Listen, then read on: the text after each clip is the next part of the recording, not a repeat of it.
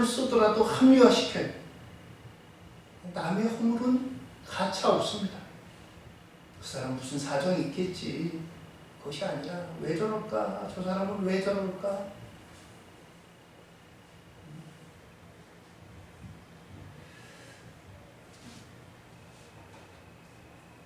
이러한 허물이 우리 눈에 들어올 때 이것을 우리는 자신을 바라보는 그러한 계기로 삼아야 된다는 겁니다.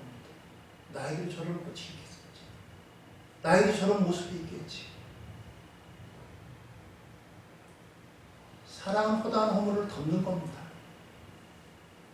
남녀가 사랑할 때 여러분들 상대방의 허물이 보이던가요? 허물이 보이면 결혼할 수 있겠어요?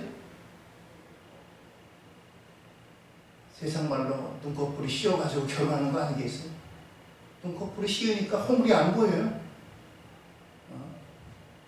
남들은 허물이라고 얘기하는 것도 다 이쁘게 보이고. 그러니까 결혼하는 거예요.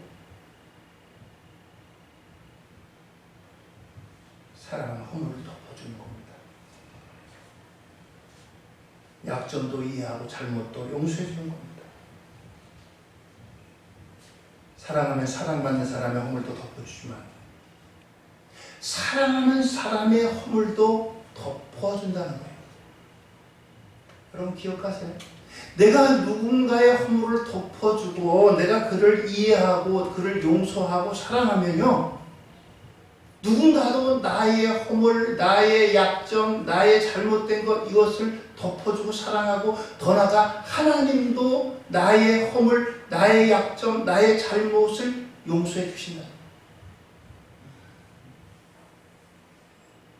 남의 잘못에 대해서는 가차 없으면서 하나님 나는 다 용서해 주세요.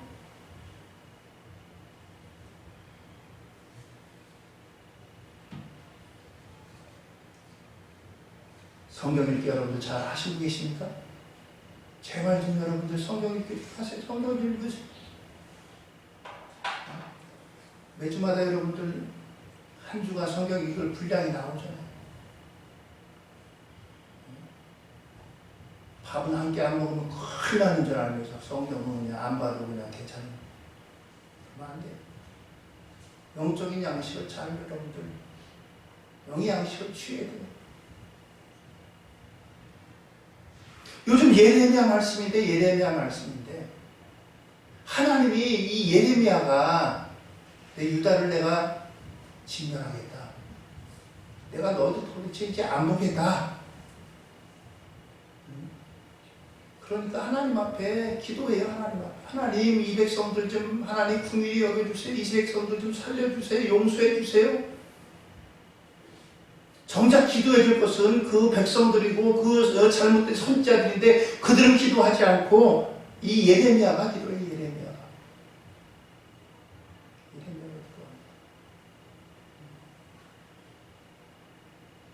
하나님이요 나중에는 예레미야에게 뭐라고 말씀하신 예레미야야 너 그만 기도해. 기도하지 마. 내가 안 들어줄 거야. 안 들어줄 거야. 야 여기에 모세가 오고 사무엘이 온다고 해도 내가 안 들어줄 거야. 여러분 성경 읽으시면 다 얘기가 나와요. 성경 제발 좀 읽으세요. 모세가 와서 사무엘이 와서 기도해 준다고 해도 내가 안 들을 거야. 모세가 사무엘이 얼마나 그 민족을 사랑한 사람입니까?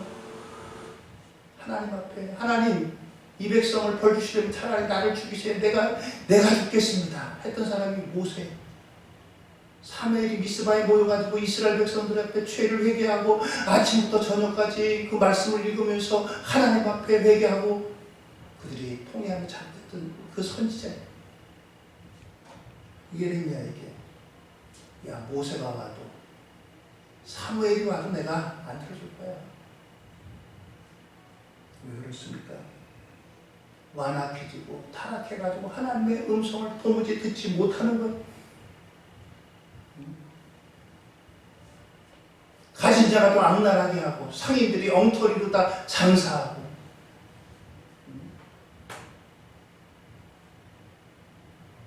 성전에는 들어가지만 마음은 딴 데가 있어. 하나님 너희를 가증한 제사를 내가 받지 않겠다 말씀하셔.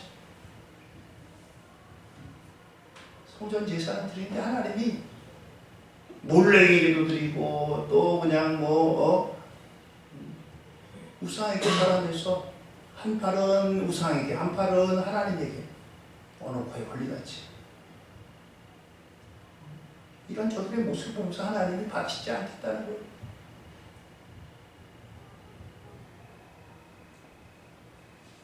사랑을 잃어버리고 인애를 잃어버리고 그런 그들을 향해서 하나님께서 애통해 하시는 말씀입니다. 사랑은 내가 그 사람을 좁게는 사랑하고 이해하고 용서하는 거지만 더 넓게는 나도 하나님 앞에 용서받고 사랑받는 그 길이 다른 사람에게도 뿐만 아니라 하나님에게도 사랑받고 용서받는 길입니다. 뜨겁게 서로 사랑하지 사랑은 허다한 죄를 덮느니라. 죄를 덮는데 죄를 덮는데 우리가 하나님 앞에 죄가 없어서 하나님 앞에 나아갑니까? 죄가 없어서 천국에 가나요? 죄 없는 사람이 어디 있겠어요?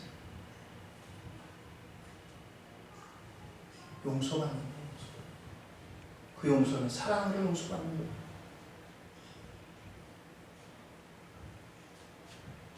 만물의 마지막이 가까운 때에 더욱더 하나님을 사랑하고 이웃을 사랑하고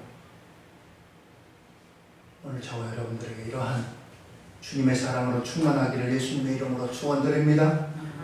사랑은 허다한 죄를 덮는다. 내 자신의 죄가 덮어지는 거예요. 용서받는 거예요. 마지막으로 은혜를 따라 섬기라 라고 말씀합니다. 10절로 11절입니다. 10절로 11절이요. 각각 은사를 받은 대로 하나님의 여러 가지 은혜를 맡은 선한 청지기같이 서로 봉사하라. 만일 누가 말하려면 하나님의 말씀을 하는 것 같이 하고 누가 봉사하려면 하나님이 공급하시는 힘으로 하는 것 같이 하라. 이는 범사의 예수 그리스도로 말미암아 하나님의 영광을 받으시게 하려 함이니 그에게 영광과 권능이 세세 무궁하도록 있느니라. 아멘. 은사를 받은 대로 은혜를 맡은 선한 청지기같이 서로 봉사하라. 교회는 서로 봉사하는 봉사의 일제 기관입니다. 우리 교회도 여러 가지로 봉사하시는 분들이 계세요. 재정으로 다 여러분들 컴퓨터로 다 입력을 하고 또 이것을 다 집계를 하고 관리를 하시는 분들도 계시고 차량으로 봉사하시는 분도 계시고 하나님 앞에 1년 365일 빠짐없이 새벽마다 나와서 기도로 사명 감당하시는 권사님들도 계시고 안내로 봉사하시는 분들, 헌금연으로 봉사하시는 분들 계시고 교회는 하나님 앞에 받은 각양의 은사대로, 은혜대로 함께 섬김의 공동체가 되는 겁니다. 교회는 나 은혜로만 머물러 있으면 하나님께서 내게 주신 교회다. 내가 주신 하나님의 은혜가 무엇인가? 그걸 가지고 여러분들 열심히 봉사하고 섬기는데 거기에 진정한 교회의 뜻이 있습니다. 또 마지막 때에 이와 같은 일로 섬기라. 이것으로 말미암아 하나님이 영광을 받으시기 때문입니다. 자, 그런데 주의할 것이 있어요. 오늘 이렇게 하나님의 은사를 받은 대로 은혜를 맡은 선한 청지기로 봉사하는데 어떻게 이 일을 감당하느냐? 말하는 사람은 하나님의 말씀을 하는 것 같이 하고, 내 말이 아니라 하나님의 말씀을 나가는 것 같이 하고, 또 봉사하려면은 이거 내가 한 거야, 이게 아니라 하나님이 공급하시는 힘으로 하나님이 나에게 주셨습니다. 하나님이 나에게 허락하셨습니다. 하나님이 주셨기 때문에 내가 하나님 앞에 봉사합니다. 이런 마음으로 하라는 거예요. 그러니까 내가 하는 거야. 그럴 때 거기 시험 들어요. 내가 말하는 것으로 할 때 시험 들고, 하나님의 말씀을 하는 것 같이 하고, 하는 것도, 봉사하는 것도 하나님이 공급하시는 힘으로 하는 것 같이. 그렇습니다. 그럴 때 하나님이 더 영광 받으십니다. 초대교회에 많은 성도들이 교회를 위해서, 성도를 위해서 하나님 앞에 자기의 것들을 갖다 사도들 앞에 갖다 드렸어요. 선풍기가 집에 2대가 있어요. 우리 집은 한 대만 가지고도 충분할 것 같아요. 한 대를 갖다가 사도들 앞에 드립니다. 베드로 사도님, 우리 집에 선풍기가 2대인데요. 한 대면 우리 집은 족할 것 같습니다. 한 대 필요한 사람 나눠주세요. 자, 이렇게 행위가 돼요. 그런데 그 마음 먹기를, 이거 우리 집에 2대 있는데 내가 하나 갖다 드려야지, 내가 드리는 거야 이거. 그런 마음으로 하는 거야. 하나님 우리 집에 축복하셔서 선풍기가 2대씩이나 있어.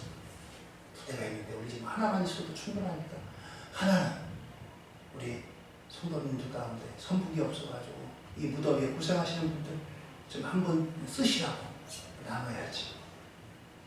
이런 마음으로 드리는 거야. 똑같이 하나님 앞에 드리지만 어떤 사람이 하나님이 더 기뻐하시겠어요? 자기 거 드린다고 생각한 사람 어떻게 하든지 간에 자기가 드러나야 돼요. 이거는 누가 하나님 앞에 헌물한 겁니다 라고 해가지고 드러나야 되는데 그게 안 드러나면 서운한 거예요. 내가 드린 건데 왜 얘기 안 하지? 여러분, 우리가 봉사할 때는 하나님이 공급하시는 힘으로 하는 것 같지. 하나님의 은혜로 내가 받은 축복을 하나님 이제 나눠드리고 하나님께 돌려드린다는 마음, 그런 마음으로 할 때 시험이 안 돼요.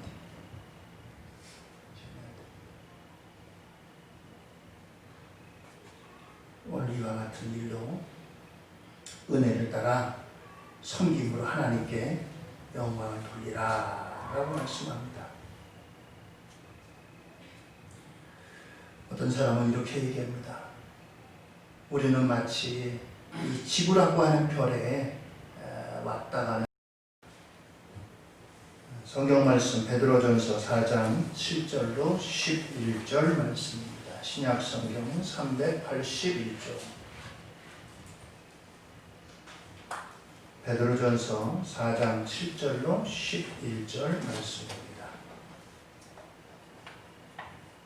저와 여러분들이 한 절씩 교독하시도록 하겠습니다. 만물의 마지막이 가까웠으니 그러므로 너희는 정신을 차리고 근신하여 기도하라.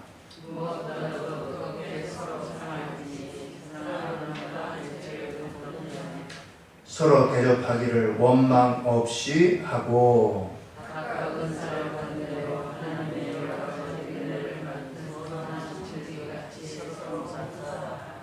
만일 누가 같이 읽습니다. 만일 누가 말하려면 하나님의 말씀을 하는 것 같이 하고 누가 봉사하려면 하나님이 공급하시는 힘으로 하는 것 같이 하라. 이는 범사에 예수 그리스도로 말미암아 하나님이 영광을 받으시게 하려 함이니 그에게 영광과 권능이 세세에 무궁하도록 있느니라. 아멘. 아멘. 그렇습니다. 누구에게나 다 마지막 때가 있습니다. 오늘 성경의 만물의 마지막이 가까웠으니 라고 말씀하고 있습니다. 개인적으로 어제보다 오늘이 죽음을 더 하루 앞둔 날입니다. 그렇죠? 언제일지는 우리는 모르지만 분명하게 어제보다는 오늘이 한 발자국 더 앞서간 날이 분명합니다. 또 우리가 살아가는 이 공동체 안에 여러 가지 크고 작은 변수들이 많이 있습니다. 생태계의 변화다. 시베리아 땅이 지금 30도가 넘는답니다. 여름에 원래 덥지만 이렇게까지 온도가 올라가진 않았대. 이게 우리에게 또 어떻게 영향을 미치는지 모르겠습니다. 조금 좀 제가 체감하는 거는 봄과 가을이 짧아졌던 것 같아요. 겨울인가 싶으면 곧바로 여름이고 여름이 끝나면 곧바로 또 겨울이 오는 것 같고 앞으로도 가속화되지 않을까 모르겠습니다. 코로나19라고 하는 우리가 경험해보지 못하던 세상을 살아가고 있습니다. 한여름에도 마스크를 써야 되고 얼마나 여러분들 많은 제약을 받아요? 제약을 받습니다. 모르겠어요. 앞으로는 더 이것보다 더 강한 게 우리를 찾아올 수도 있다라고 얘기합니다. 코로나19도 이렇게 힘든데 이것보다 더 큰 질병이 찾아올 수도 있다는 거예요. 이러한 모든 것을 다 통틀어서 만물의 마지막 때라고 이야기할 수 있습니다. 오늘 성경의 베드로전서에 만물의 마지막이 가까웠다라고 하는 이 시점은 어디냐 하면은 로마가 세계를 정복한 로마 제국 시대에 복음이 전파됐습니다. 제자들에 의해서. 복음이 전파돼가지고 많은 사람들이 예수를 믿게 되는데 이때 기독교에 대한 박해가 다가옵니다. 로마라고 하는 그 로마 제국의 수도가 반이 화재가 났습니다. 거기에는 여러 가지 이야기가 있습니다만 당시에 로마 황제 네로가 요즘 말로 말하면 좀 똘끼가 있어가지고 이상한 거 보고 좋아한대요. 그래서 일부러 불을 질렀다는 거예요. 불을 지르고 그걸 보고 좋아하면서 뭐 시상이 떠오른다고 그래가지고 불을 질렀다는 거예요. 근데 이게 너무나 자기가 조금만 태우고 말라고 했는데 이게 확 퍼져가지고 로마 시내 발이 타니까 민심이 흉흉합니다. 지금 중국도 그래요. 중국의 세계에서 제일 큰 댐인데 샨샤댐이라고 합니다. 이 샨샤댐이 세계에서 제일 큰데 물을 어마어마하게 그것을 이제 가둬둬야 되는데 비가 너무 와가지고 지금 이게 잘못하면 이게 터질 판이에요. 이미 지금 많은 사람들이 이제 수재를 입었습니다. 터지는 날에는 뭐 어마어마한 양이 이제 수재물이 발생하고 난리가 나요. 그런 가운데 네로 황제에 대한 반감이 생기고 민심이 흉흉하니까 이걸 어디다 돌릴까? 그래서 생각해낸 게 기독교인들에게 이 방화를 뒤집어 씌우는 겁니다. 기독교인들이 부질렀다 해가지고 기독교인들은 다 잡아들입니다. 감옥에 가두고 고문하고 심지어는 여러분들 영화에서나 봤는지 모르겠지만 짐승들하고 싸움을 시키고 짐승들의 먹잇감이 되게 하고 십자가에 못 박고 이런 일이 벌어지고 있는 때가 오늘 베드로전서 4장 7절의 말씀 바로 그때입니다. 만물의 마지막 때와 같은 믿는 사람들에게 정말 위기의 때, 어려움의 때, 바로 그런 때를 의미합니다.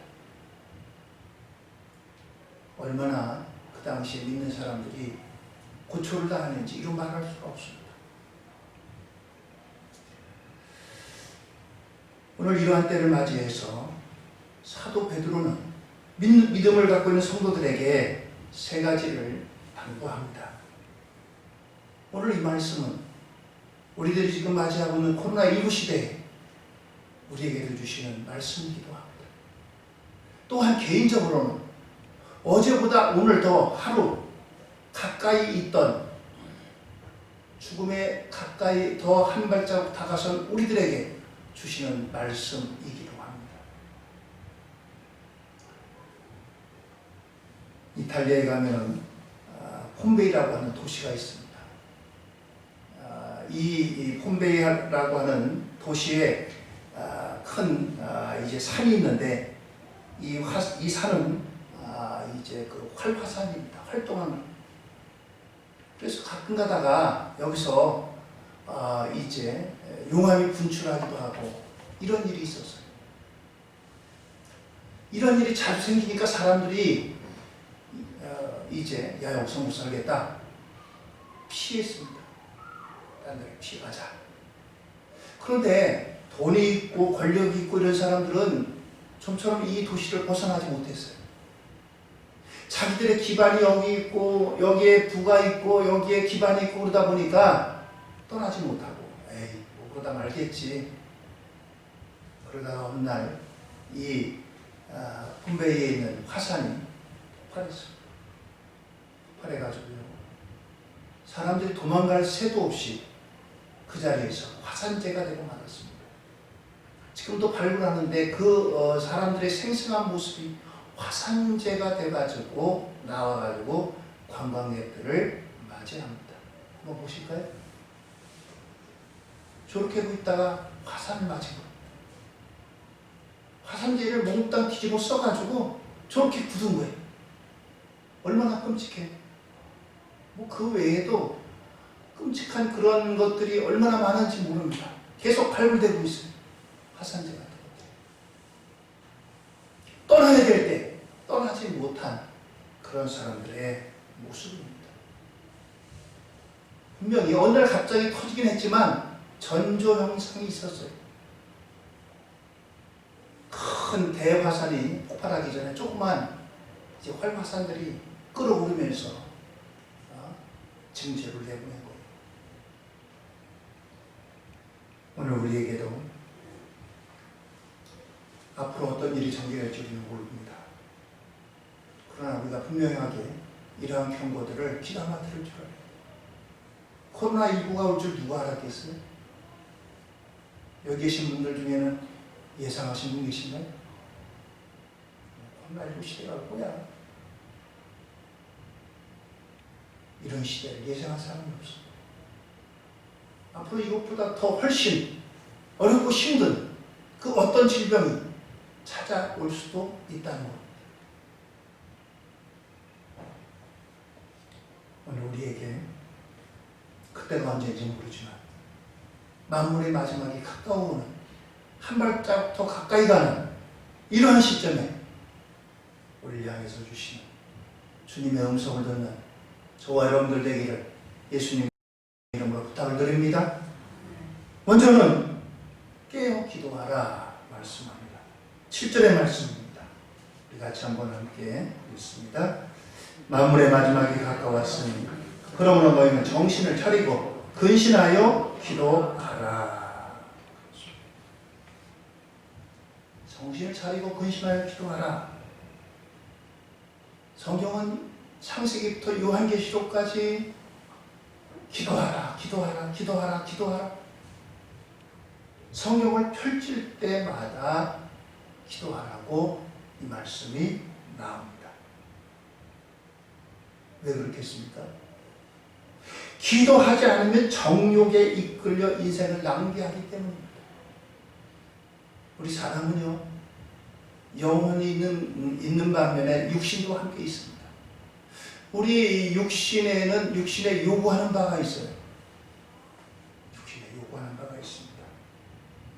육신에 요구하는 바대로 이끌려갑니다. 기도하지 않아요. 정욕에 이끌려 인생을 낭비하게 된다는 거예요. 기도하지 않으면요, 하나님과 멀어지고 하나님의 뜻을 깨닫지 못하게 됩니다.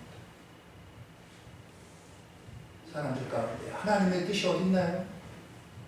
하나님의 뜻은 하나님 앞에 기도할 때 하나님으로부터 우리에게 세밀하게 말씀해 주시고 깨닫게 하시고, 기도하지 않으면요, 하나님의 뜻을 알 수가 없어요.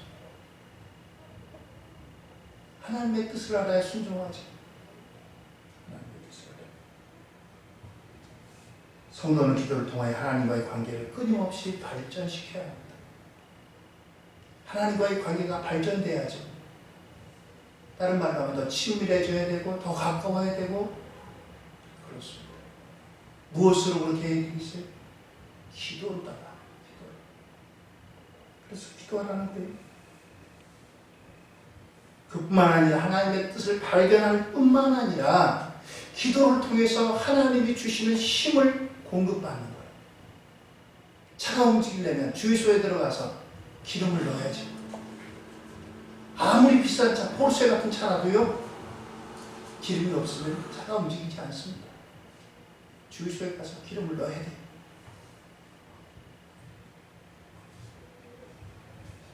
하나님의 뜻을 깨달을 뿐만 아니라 하나님의 뜻을 행할 수 있는 능력도 하나님께서 기도를 통해서 공급해 주시기 때문입니다. 기도하지 않으면요, 우리가 하나님의 뜻을 마음은 원이로되 육신이 약하도다, 매일 그 말만 되뇌게 됩니다. 마음은 원인데 육신이 안 된다 이거. 육신이 안 되는데 어떻게 하겠어요? 기도해야죠. 하나님, 내 힘으로 부족해요. 내 힘으로 감당할 수가 없어요. 하나님의 뜻을 하지만 내 힘으로 감당할 수 없습니다. 하나님 힘 주세요. 거기에 하나님이 힘 주시는 거예요. 가만히 있는다고 해가지고 하나님이 저절로 힘이 생기는 건 아닙니다. 베드로가 왜 이렇게 기도하라고 강조하겠어요? 베드로는 이미 이것을 경험한 사람입니다. 어떻게 보면 좋지 않은 면에서 경험한 사람이에요. 예수님이 십자가를 앞에 두고요, 겟세마네 동산에 이 베드로를 데리고 올라갔어요. 베드로와 야고보와 요한을 데리고 올라가시면서 예수님이 기도하시면서 너희들은 나를 위해서 기도하라. 조금 있으면 내가 십자가를 져야 되는데 나를 위해서 기도해달라. 그렇게 말씀하셨어요. 예수님 따로 한 곳에 가서 기도하시고 조금 있다 와보니까 베드로를 비롯해 이 제자들이 자고 있는 거예요.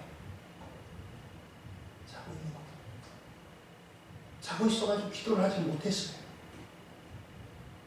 얼마 후에 예수님을 잡으러 로마 군병들이 가룟 유다를 앞세워가지고 왔습니다. 가룟 유다가 예수님에게 만나가지고 입맞춤을 했어요. 그건 표시예요. 로마 군병들에게 내가 입맞춘 사람이 예수다. 이 사람 잡으라. 그런 표시입니다. 인사하는 척하면서 예수님을 이제 로마 군병들에게 표시한 거죠. 예수님을 잡아갑니다. 근데 예수님을 잡아갈 뿐만 아니라 예수님을 따르는 제자들도 잡으려고 하는데 그 옆에 베드로가 있는 거예요. 베드로를 잡으려고 하려고 하는데 옆에 있던 한 여자애가 내가 보니까요 저 사람하고 같이 있었어요. 저 사람 제자인 것 같아요. 베드로가 그래 나 예수님 제자다. 잡아가라. 이렇게 있으면 얼마나 멋있겠어요. 이야 정말 제자구나. 근데 베드로가요 무슨 소리야? 나 저 사람 몰라. 3년 반 동안이나 따라다녔으면서요. 모른다고 부인했어요. 아유 내가 봤는데.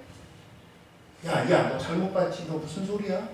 3번씩이나 부인했어요. 3번씩.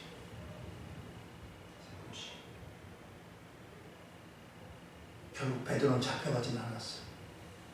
안도했겠죠. 그런데 나중에요. 이 베드로가 우리가 성경에서 알고 있듯이 부활하시고 나서 예수님 제자들 만나는 가운데 베드로도 만나잖아요. 베드로 만나가지고 예수님이 제자들에게 야 너희들 나를 모르고 다 도망갔지? 이렇게 물으시는 게 아니라 평안하냐? 그렇게 물으셨어요. 평안하냐? 베드로가 얼마나 그 예수님의 그 부르시는 음성에 가치를 느꼈겠어요. 나중에 성령 받고 베드로가 이제 복음 전하기 위해서 가는 곳마다 복음을 전하는데, 그런데 아침 새벽이 되면 뭐가 울어요? 닭이 울죠. 꼬꼬대고 닭이 웁니다.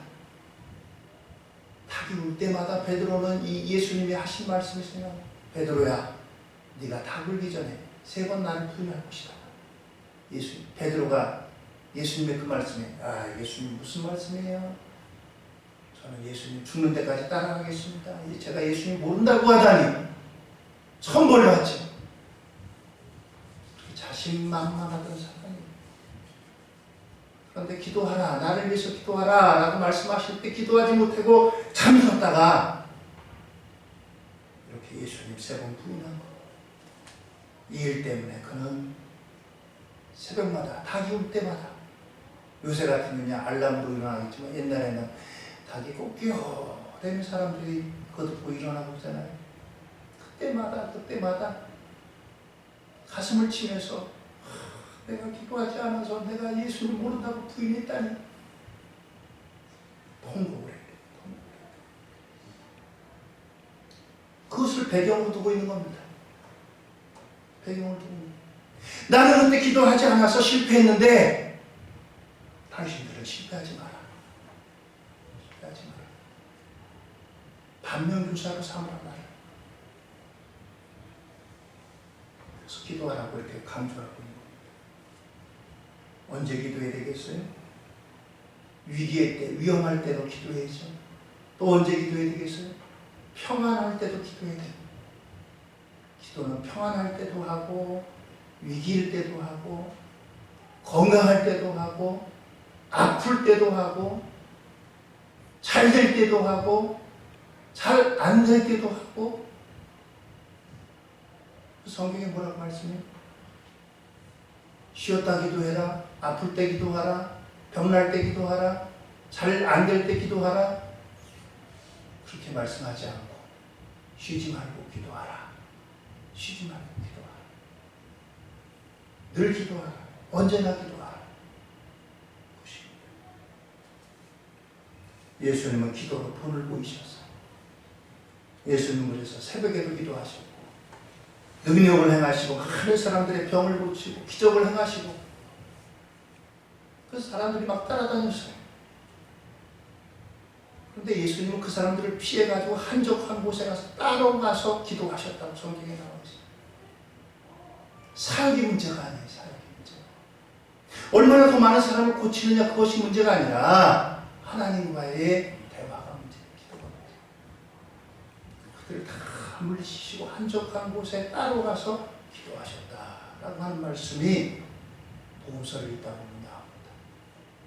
하나님의 아들 되신 예수님이 기도하셨는데 저와 여러분, 우리가 기도하지 않으면 어떻게 되겠어요?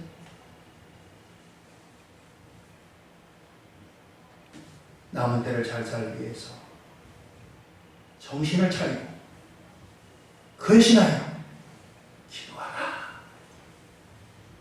기도가 필요한 때다라고 말씀합니다.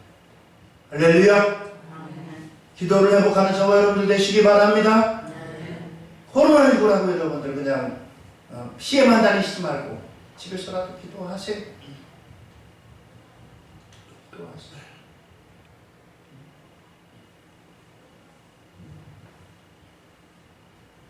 신앙 위축되면 안 돼요. 하나님 앞에 더 기도해야 돼요.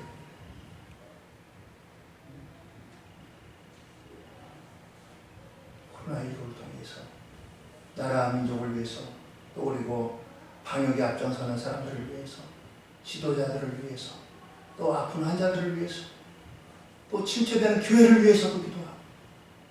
교회들이 지금 잘 모이기 힘들잖아요. 어렵잖아요.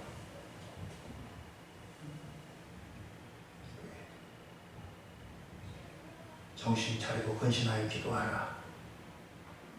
두 번째는 8절로 9절 말씀입니다. 8절로 9절 말씀과 읽습니다. 무엇보다도 뜨겁게 서로 사랑할지니 사랑은 허다한 죄를 덮느니라. 서로 대접하기를 원망 없이 하고. 여러분 영상에서 보셨듯이 남는 것들을 다 치우는데 뭐가 제일 생각나더래요? 사랑에 깊지 못하고 사랑한다고 말하지 못하고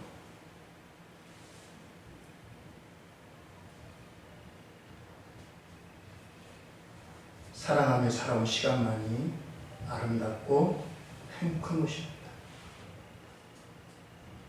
행복한 것이 어디 있겠어요? 아름다운 것이 어디 있겠어요? 뭐 근사한 데 가서 근사한 거 먹고 맛있는 거 먹고 뭐 휘황찬란한 거 먹고 이상한 거 먹고 있지 않습니다.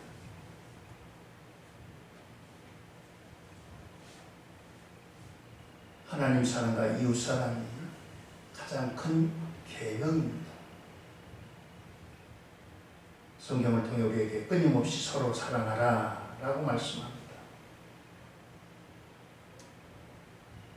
사랑을 행하는 가운데는 우리가 원하지 않지만 남의 허물도 같이 보이게 됩니다. 그렇잖아요. 우리는 나에게 대해서는 굉장히 관대해요. 나의 허물은 아무튼 무슨 여행객이다. 여행객이다. 잠깐 왔다 가는 것이지 여기 영원히 머물러 있는 것이 아니다 라고 하는 거예요. 그러면서 우리는 영원한 집으로 돌아가야 됩니다. 그러한 여행객이다 라고 합니다. 그러면서 즐거운 여행을 위해서는 짐을 가볍게 해야 돼요. 여행하신 분들은 좀 이해가 되실 거예요. 여행 잘하는 사람들은 짐이 가볍습니다. 근데 어쩌다 여행 한번 하고 여행을 잘 못하는 사람일수록 짐이 커요. 나중에 여행 갔다 오면 한 번도 안 쓴 것도 잔뜩 있어요. 여행 정말 잘 다니는 사람은 정말 필요한 것들만 아주 가볍게, 자욱게 그렇게 꾸려가지고 가지만 안 가는 사람은 이것도 필요할 것 같고 저것도 필요할 거 이것저것 작은 거 다 꺼내가 짐이 이만해요. 2박 3일 가는데 갔다 와서 보면 하나도 그냥 입지도 않고 쓰지도 않고 그런 것도 천지. 즐거운 여행을 위해서 우리가 짐을 가볍게 해야 됩니다. 좋은 동행자가 있어야 됩니다. 믿음의 동행자가 있어야 돼요. 함께 나를 위해서 기도해주고 때로는 함께 나를 위해서 울어주고 함께 나를 위해서 걱정해주고 그러한 동행자가 있어야 됩니다. 오늘 여러분들 우리 인생의 동행자 예수님을 우리의 동행자 삼으시기를 주의 이름으로 축원드립니다. 예수님 우리의 동행자죠.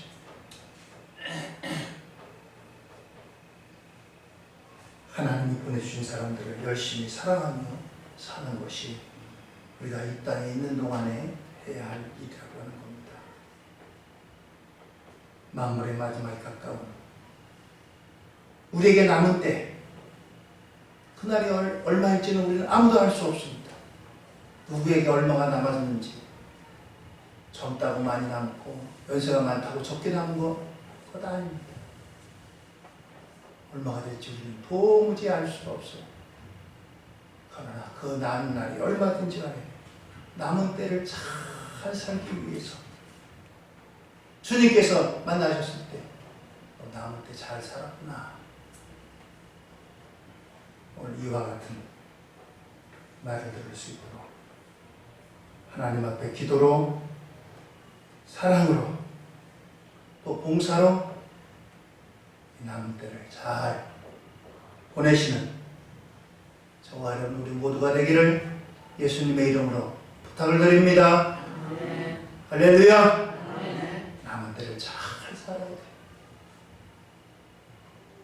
남은 때를 잘 살고 주 앞에 섰을 때 주님의 상급이 있고 면류관이 있고 주님이 함께 하시겠어요. 남한테 잘 살았다. 기도하시겠습니다.